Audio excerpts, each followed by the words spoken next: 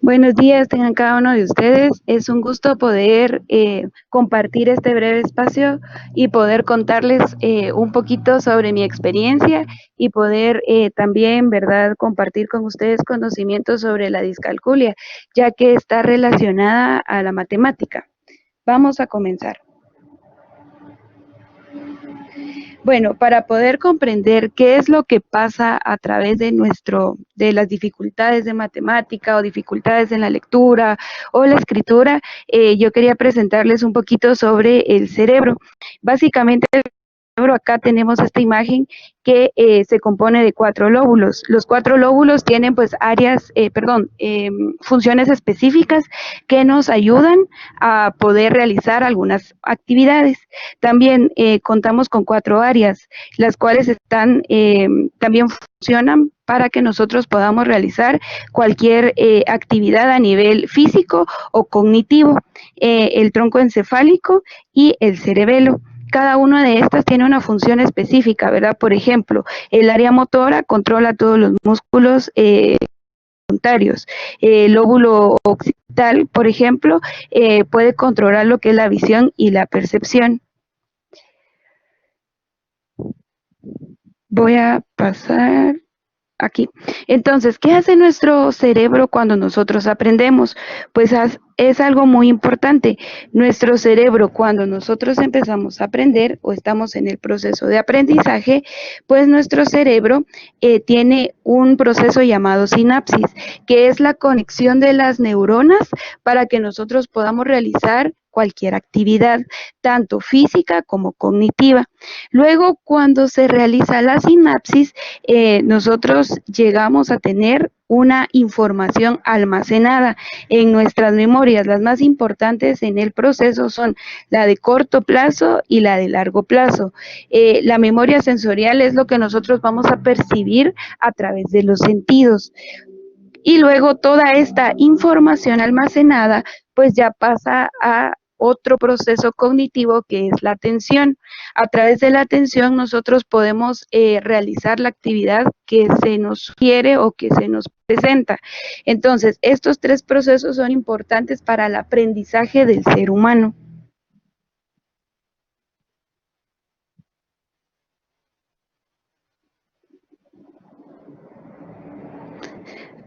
Las dificultades específicas del aprendizaje, básicamente esta es un conjunto de trastornos heterogéneos. ¿Qué quiere decir heterogéneos? Que pueden ser genéticos, pueden ser adquiridos o pueden ser también en base al contexto en el que el niño se está desenvolviendo. Y las dificultades específicas del aprendizaje se van a manifestar en el habla, al poder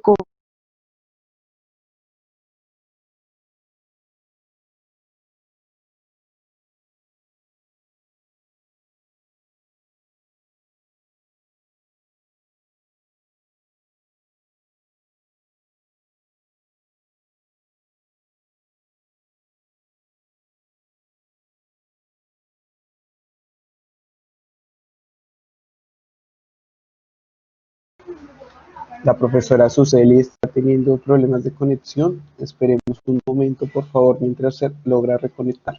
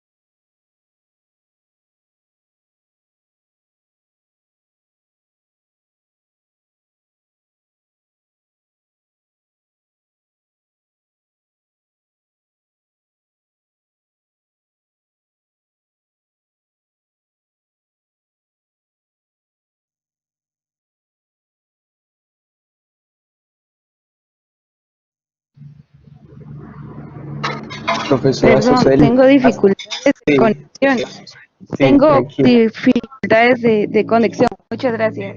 Ya Muy lograste, amable, quedamos ya, en gracias. la diapositiva, Entonces, luego hay en dificultades específicas. sí, Muchas gracias. excelente. Muchas gracias, muy amable. Entonces, como les explicaba, ¿verdad? Tenemos estas dificultades específicas de pero entonces estas nos manifiestan, ¿verdad? Dificultades para poder entender, hablar, leer, escribir, razonar o para poder calcular, ¿verdad? Entonces, acá es donde los jóvenes, niños, adultos presentan dificultades. Bueno, el aprendizaje de la matemática y la discalculia. Eh, Según García, en el 2012, notó que es un grupo de dificultades al momento de realizar operaciones sencillas. Ejemplo, a veces nosotros vemos que la dificultad de, las dificultades aparecen como hasta en primaria o básico y no es así. Las dificultades empiezan a manifestarse desde que un niño está en preprimaria. Por ejemplo, cuando un niño no conoce izquierda o derecha o no conoce conceptos como arriba y abajo, ¿verdad? Adelante o atrás. Pero con ciertas actividades que nosotros, con los que nosotros podamos reforzar a este niño, pues logramos que él pueda comprender, ¿verdad? A través de los procesos anteriores que les había mencionado, de la sinopsis, la memoria y la atención, el niño logra almacenar esta información en su cerebro y logra comprender, ¿verdad? A qué es derecha, qué es izquierda, qué es arriba y qué es abajo. Pero si en determinado tiempo el niño sigue manifestando estas dificultades, entonces sí es necesario buscar apoyo para que nos puedan ayudar en la intervención y que podamos involucrar al niño de forma positiva en el proceso. Bueno, las características son, primero, una escritura incorrecta de los números. A veces nosotros podemos percatarnos que aparece el 7, ¿verdad? Que es lo más básico cuando vemos el 7 al revés, el 9 al revés, el 1 al revés, el 4, la dificultad para realizar razonamientos matemáticos y resolver problemas, debilidad al realizar la lectura de los números. Por ejemplo, el niño está contando 1, 2, 5 y tal vez es 3, ¿verdad? O cuando empiezan a confundirse el 6 y el 9. Seguir secuencias y recordar fórmulas, esto ya estamos hablando como en el nivel de primaria, sexto, primero básico, segundo, tercero. También estamos hablando de un bachillerato, una carrera, ¿verdad? Seguir secuencias, incapacidad para relacionar números con cantidades, el concepto numérico, por ejemplo, está el número 1 y hay 2 manzanas y un perrito, entonces el niño dice, aquí está el número 1, reconoció bien el número, pero cuando pasa la cantidad dice el número, bueno, son las 2 manzanas, es el número 1, porque él entiende que como concepto numérico tiene el número 2, ¿verdad? Entonces, con diversos ejercicios nosotros le permitimos a este niño que pueda asociar el 1 con el perrito. Confusión entre signos, que cuando usted, por ejemplo, está trabajando suma y resta, multiplicación y división, el niño, usted le puso una suma, ¿verdad? Y el niño pues está haciendo una división, o usted le puso una multiplicación, el niño está haciendo una división. Dificultades espaciales y temporales, por ejemplo, el día de hoy es miércoles, ayer fue jueves, ayer fue martes, mañana es jueves, o por ejemplo, el día de hoy tenemos las 9 de la mañana y el niño dice son las 10, entonces como que no tiene claras estos conceptos, las dificultades de figura a fondo, yo le pongo ejercicios, el niño tiene que identificar, ¿verdad?, qué figura es la que está viendo. Este ejercicio se hace a través de diversas imágenes para que él pueda percibir. Acá tenemos que tener muy en cuenta que la discalculia o la dificultad en matemática pues tiene áreas específicas, ¿verdad? Como los hábitos direccionales, la identificación y reconocimiento de las palabras, también tenemos lo que es las dificultades del concepto numérico, el orden numérico, las faltas lingüísticas, la dificultad de recordar. Por ejemplo, acá donde encontramos más dificultad es en la multiplicación al recordar las tablas, ¿verdad?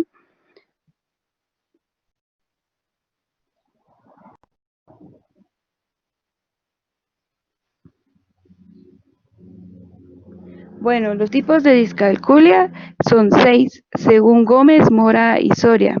La discalculia verbal, esta es la dificultad que tienen los niños para mencionar cantidades, ¿verdad? Los números, los símbolos y las relaciones.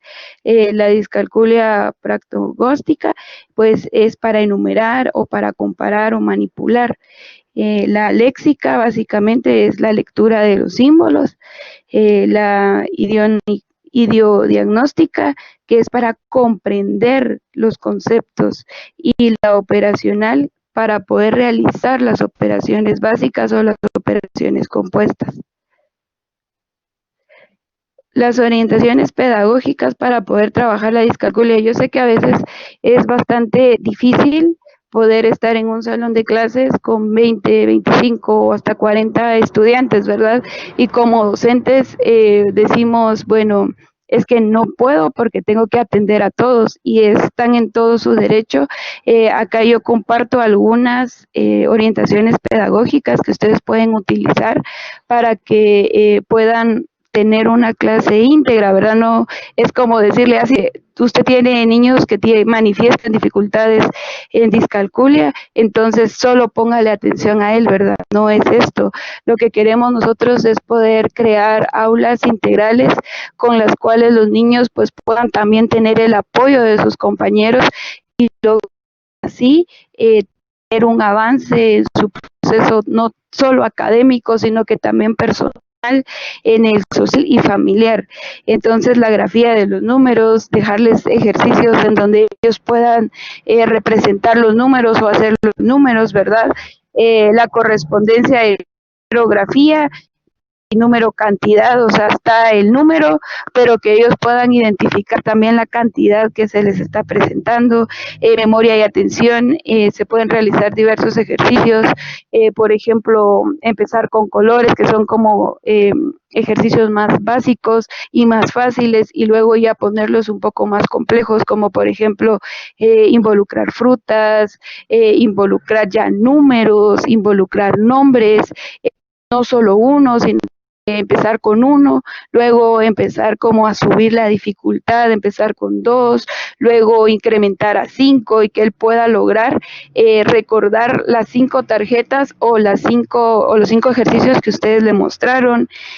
Orientación espacial, saber dónde está ubicado, el tiempo, si estoy dentro de un cuadrado, si estoy dentro de un rectángulo, de un círculo, si estoy en mi escritorio, que yo voy, están tirando todas sus cosas y uno dice, ¿y este niño qué le pasará, verdad?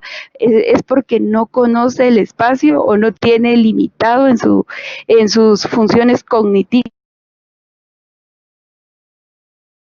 le corresponde para poder pues utilizarlo, ¿verdad? Y tener más organización y planificación de ese mismo. Las series numéricas, si estamos 1, 2, 3, 4, qué número sigue, que él siga contando, ¿verdad? O poder colocar algún tipo de ejercicio en el suelo en donde podamos involucrar a todos sus compañeritos, ¿verdad? Jugar por grupos, en donde ellos pues sientan la motivación y se interesen por el aprendizaje. La clasificación de objetos y las operaciones básicas que son bastante importantes, no solo para el nivel preprimario, y primario, sino que también para el nivel ya de una carrera o la universidad, ya que a través de la suma, resta, multiplicación y división, pues nosotros empezamos a realizar operaciones compuestas que nos llevan básicamente, ¿verdad?, a la resolución del álgebra o algunos otros ejercicios que ya son un poco más complicados.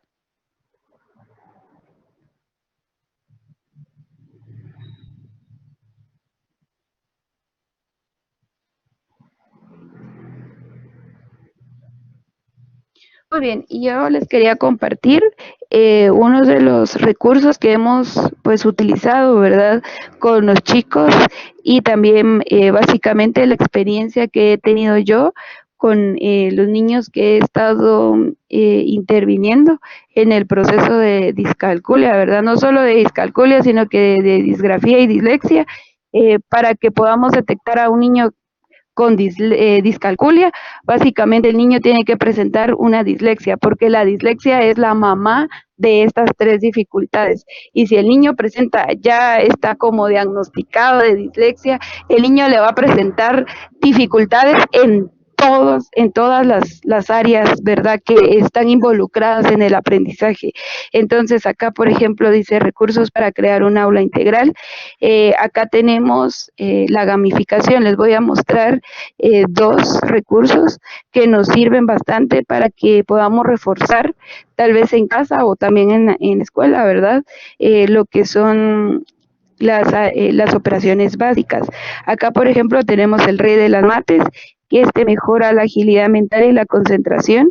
Para poder progresar se debe ir desbloqueando los niveles y es eficaz y muy divertido. Acá básicamente nos presenta problemas o operaciones, los cuales pues nosotros vamos eligiendo acá, si ustedes se dan cuenta, podemos ir eligiendo si es suma, si es resta, si es multiplicación o división.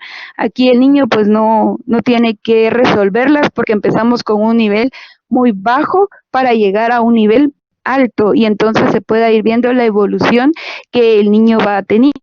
No solo el niño, también el joven o el adulto, porque básicamente cuando estamos hablando de una dificultad como esta, eh, hay adultos que presentan estos síntomas o esta sintomatología y entonces pues nosotros empezamos a trabajar con conocimientos muy bajos, ¿verdad? Para que podamos ir estimulando de una forma adecuada y que el progreso se pueda ir viendo, no en una semana, no en 2 semanas. A veces hay casos que le llevan a uno hasta un mes y medio para ver un avance o 3 avances o lo que uno se vaya proponiendo, ¿verdad? En una semana pues vamos a ver cambios significativos, no en su totalidad, pero tal vez una motivación de este chico para poder seguir aprendiendo. Aquí está este juego que es Medieval Battle, que es un juego de batallas y este es por turnos, en el cual le toca defender un amplio elenco de enemigos. Acá se tiene que responder correctamente las preguntas de matemática que se van presentando, ¿verdad? O que se van apareciendo y los problemas van aumentando de dificultad según vaya avanzando el joven, el niño o el adulto, ¿verdad? Acá, entonces acá tiene que ir marcando, si él marca positivo, pues va pasando a otro nivel, pero si él dice 3 más 2 son 6, entonces aparece un tache y le vuelve a tirar otro problema matemático en el cual pues él vaya presionando la respuesta correcta. Geometría Montessori, esta es bastante bonita porque se puede trabajar a nivel de preprimaria. Cuando empezamos nosotros pues a enseñar las figuras geométricas, hay muchos niños que, aunque no me lo crean, confunden un círculo con un óvalo, un triángulo, un rectángulo, y entonces esta aplicación pues nos ayuda bastante para que ellos vayan comprendiendo, clasificando, identificando.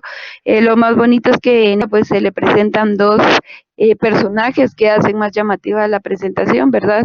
Y entonces él inconscientemente pues está realizando diversos procesos a nivel de cerebro y se está divirtiendo. Entonces, esto hace más eficaz su aprendizaje y lo hace más significativo. Y pues acá les voy a mostrar un poquito sobre lo que hemos trabajado con los chicos que han, que han manifestado dificultades en matemática. No se han detectado casos de dislexia así a profundidad, ¿verdad? Sino que básicamente son áreas las cuales se encuentran afectadas y nosotros para poder detectar este tipo de dificultades pues utilizamos variedad de pruebas, las cuales nos ayudan a ubicar al niño nos ayudan también a ubicar las áreas que se encuentran no estimuladas y las que tenemos que estimular para que el niño llegue a un nivel de equilibrio y pueda realizar las diferentes actividades. Acá, por ejemplo, este niño presentaba dificultades en lectura, entonces él estaba ya con 9 años, no pasaba de primero primaria, y pues la mamá ya estaba preocupada porque ya era su segundo año que repetía, ¿verdad? Y entonces pues la maestra le sugirió buscar ayuda y el niño pues aprendió a leer y a escribir y pues ya no tuvo problemas en matemática, confundir números, porque él confundía la escritura del 7, confundía la escritura del 9, confundía la escritura del 1 también. Entonces, al realizar ya ejercicios, como por ejemplo en la imagen de arriba, en su derecha, está una serie de tarjetas en la cual pues él iba identificando, ¿verdad? Los números, tenía él los números en plástico y tenía las tarjetas pues tenían una cantidad y él pues identificaba, ¿verdad? Uno con la tarjeta que representaba un círculo. Luego pues ya pasamos a otra imagen en donde pues ya empezábamos a trabajar todo lo que era operaciones básicas. Entonces aquí empezamos a trabajar por unidad, decena y centena, porque esto es bastante importante que él también conozca, ¿verdad? Con cuántas unidades está compuesto el número 10 cuando son números muy grandes, o con cuántas decenas pues está conformado el número 25 o el número 24, cuántas decenas tiene o cuántas docenas tiene, ¿verdad? Y cuántas son las unidades que nos sobran. Y pues luego también tenemos actividades como eh, pescar los diferentes pececitos que se encuentran ahí, que es una pecera mágica en la cual pues él clasifica los colores naranja y verde. Si se dan cuenta, pues les comentaba yo anteriormente.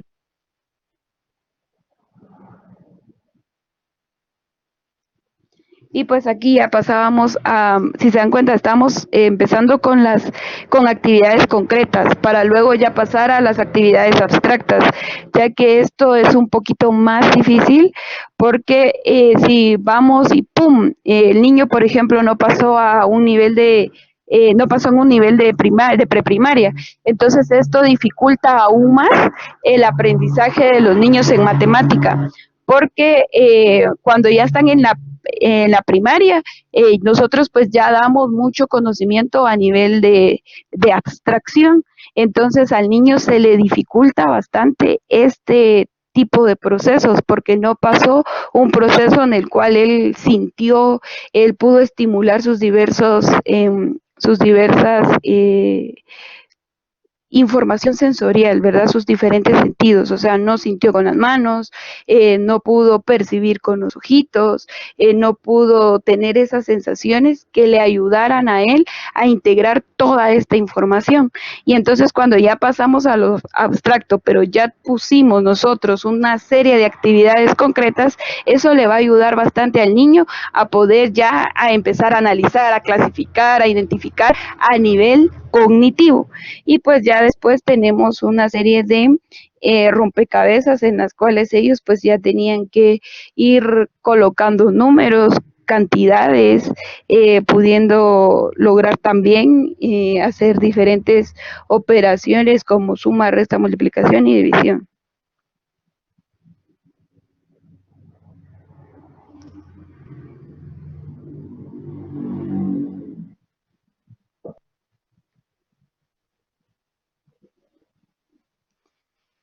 Y pues con esto poquito que les pude compartir, doy por finalizada mi experiencia y perdón por las conexiones de internet. Les comentaba a Jonathan que sí ha estado difícil el internet desde Guatemala, pero espero que hayamos aprendido todos, ¿verdad? Los que estamos en esta sala y muchas gracias. Te agradecemos a ti, profesora Suseli.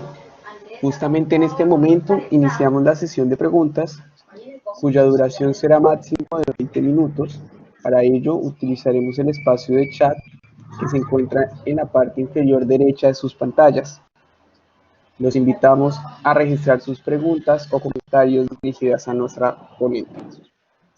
Profesora Suseli, ¿me indicas si ya logras ver el chat?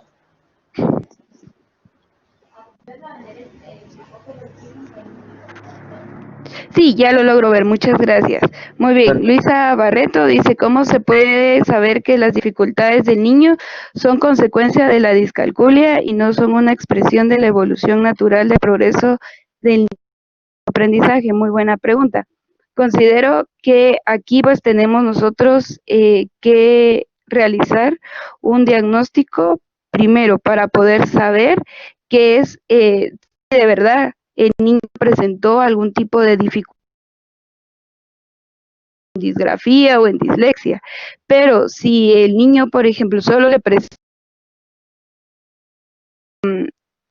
lateralización, entonces sabemos nosotros que este niño solo necesita una estimulación en específicamente el área de lateralización, o sea, derecha-izquierda. No es como una consecuencia de una discalculia, porque para poder decir que es consecuencia de una discalculia, tenemos que tener nosotros en cuenta que tiene que ser diagnosticado por un profesional. Entonces nosotros podemos, bueno, entonces sí puede ser consecuencia de que tiene discalculia, pero está mejorando.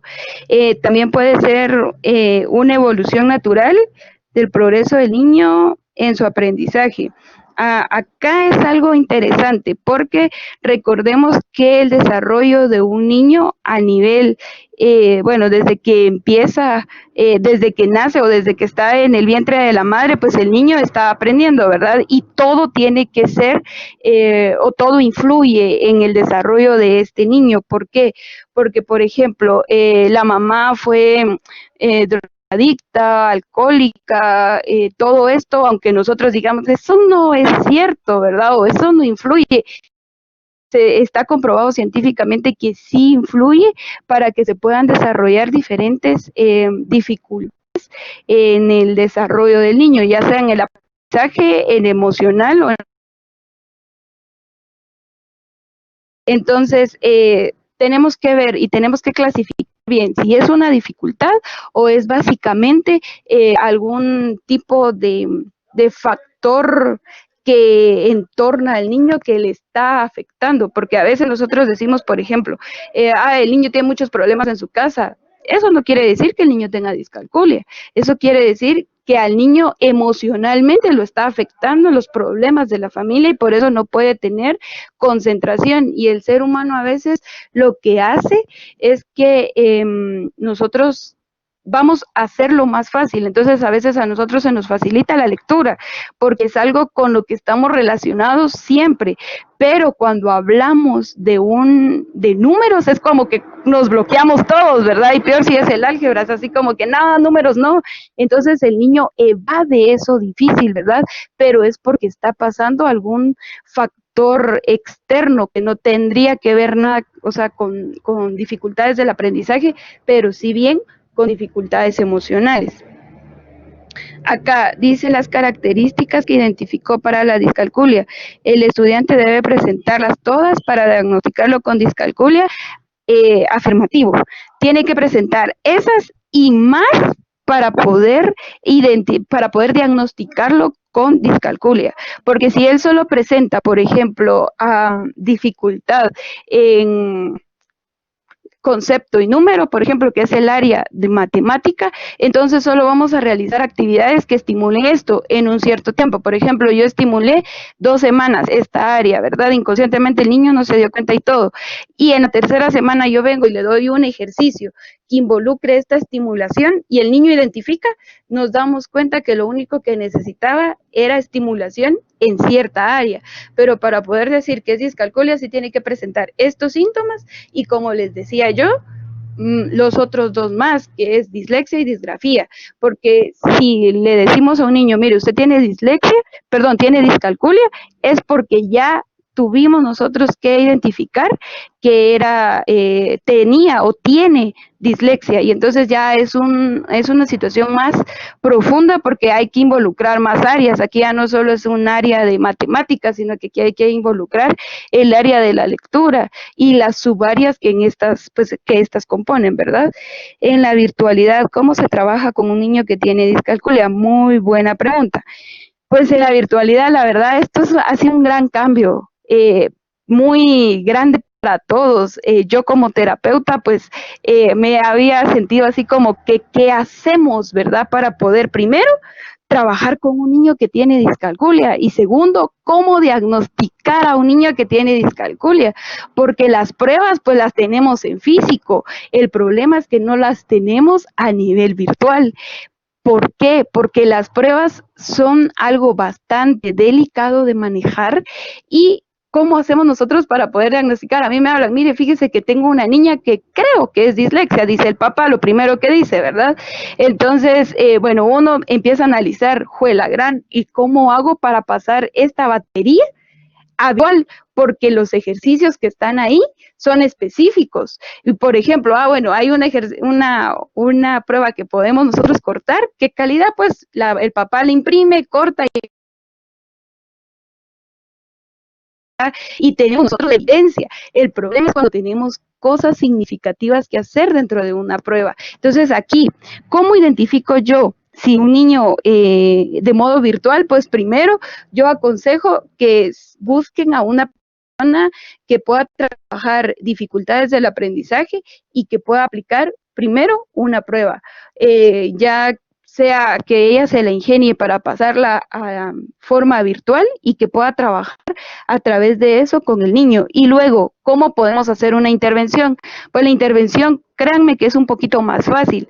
Al tener ya el diagnóstico, pues ya se trabaja, usted elige su plataforma, ¿verdad? Y entonces ya se empiezan a colocar a través de diapositivas, los ejercicios que usted quiere que el niño pueda trabajar y que pueda desarrollar esas habilidades. Por ejemplo, a mí me está tocando trabajar ahora en el área virtual y estoy trabajando también matemática y lectura. Entonces, lo que se hace, por ejemplo, estoy trabajando con una niña de 6 años.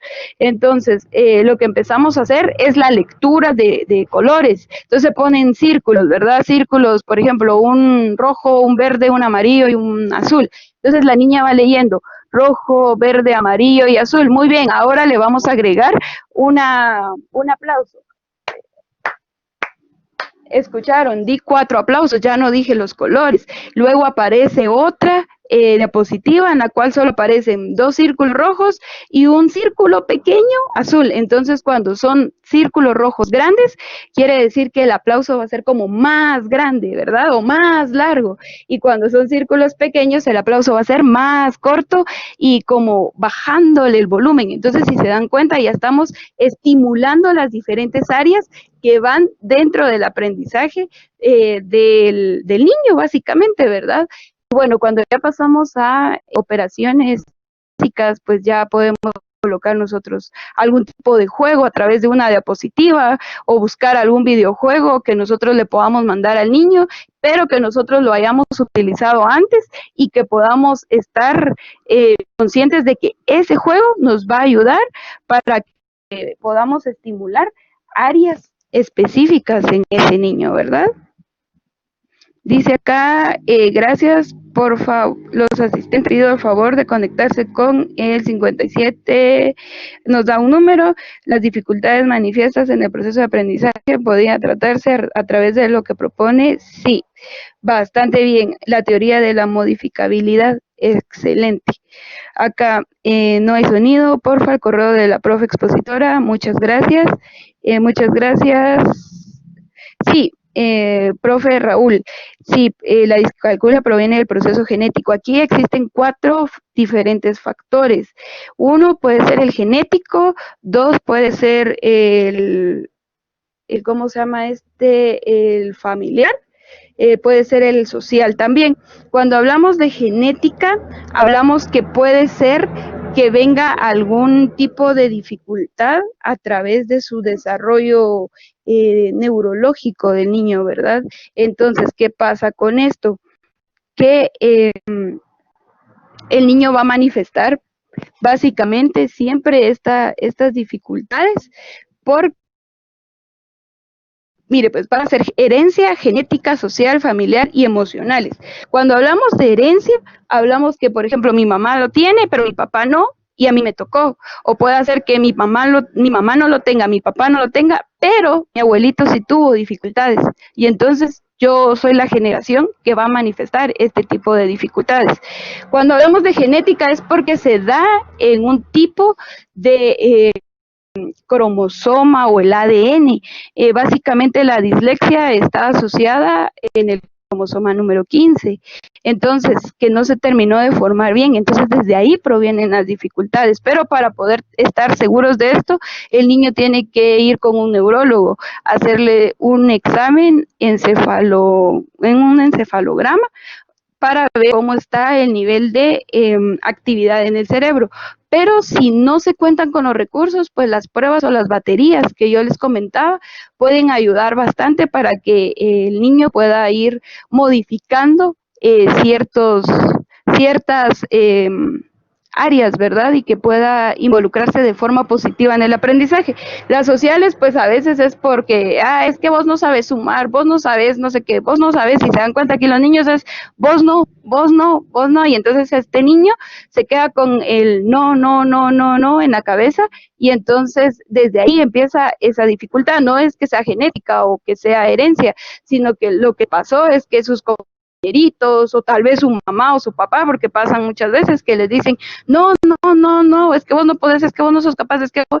Entonces el no hace mucho efecto en nosotros. Y las emocionales básicamente es a veces mi mamá me dijo que yo no puedo, entonces desde ahí, pum, dañamos a este niño, ¿verdad? Emocionalmente, y se quedó con, es que yo no puedo, es que yo no puedo, y aunque sus compañeros le digan, es que vos sí podés, vos sos pilas, mira, que no sé qué, pero es que mi mamá dice que yo no puedo, ¿verdad? A ver, dice, ¿qué relación tiene la discalculia con las experiencias del niño por fuera del aula? Por ejemplo, en la casa. Muy bien. Creo que esto es bastante importante porque la relación que tiene la discalculia, las diferentes experiencias del niño, es bastante. ¿Por qué? Porque la experiencia principal del niño, por ejemplo, es aprender, ¿verdad? Las tablas de multiplicar. 2 por 2 son 4, ¿va? Entonces, cuando el niño va fuera de su casa, empieza a recordar inconscientemente lo que ha visto en la escuela. Entonces, él va caminando y mira un 2, yo vi hoy, por ejemplo, aprendí que 2 por 2 son 4. Entonces, ahí ya estamos involucrando nosotros una experiencia, ¿verdad? Y luego, acá, me dicen que no me escuchan. Jonathan, ¿usted me escucha? Sí, profesor Celi, se ha escuchado perfecto. De pronto él tuvo problemas de conexión. Tranquilo. ¿Sí? Perfecto. Muchas gracias. Muy bien, muchas gracias, muy amable. A ver, entonces acá les estaba explicando, ¿verdad? Por fuera del aula. Entonces, ¿qué es lo que pasa? Cuando llega a casa, pues él ya tuvo la experiencia de decir, bueno, 2 por 2 es 4, pero cuando tiene discalculia, entonces el niño, ¿qué aprendiste hoy en la escuela, por ejemplo? Entonces viene el niño y le dice, es que hoy vi un número y mi profesor me dijo que era 4. Y entonces, ¿pero qué número te da 4? A saber. Y entonces queda así como que él perdido, o sea, no se recuerda, aunque usted le haya puesto juegos, le haya puesto cualquier cosa, interesante que lo haya motivado él a aprender, pero él no se recuerda. Entonces ahí es como que aquí tenemos que estar alerta. No es que sea discalculia, ¿verdad? Pero tenemos que estar alerta en los síntomas que él presenta. Acá dice, algunos niños no son capaces de memorizar y recordar las tablas de multiplicar y les cuesta mucho también aprenderse. ¿Cómo ver que es de un problema de discalculia y no un proceso de aprendizaje y enseñanza? Bueno, profe, aquí básicamente lo que se tiene que hacer, como le decía, es verificar los síntomas que presenta la discalculia. Si presenta, por ejemplo, hay cinco síntomas que son muy constantes, entonces dice uno, wow, entonces este caso mejor sí vamos a pedirle apoyo a alguien que nos pueda venir y nos pueda explicar qué es lo que está pasando, ¿verdad? Pero si de esas 5 solo presenta 2, entonces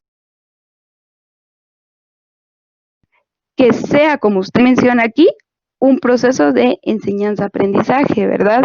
Porque recordemos que todos los seres humanos tenemos diferentes canales de aprendizaje y entonces todos aprendemos de distinta forma. Entonces a veces eso también influye para que el niño no pueda dar el 100%.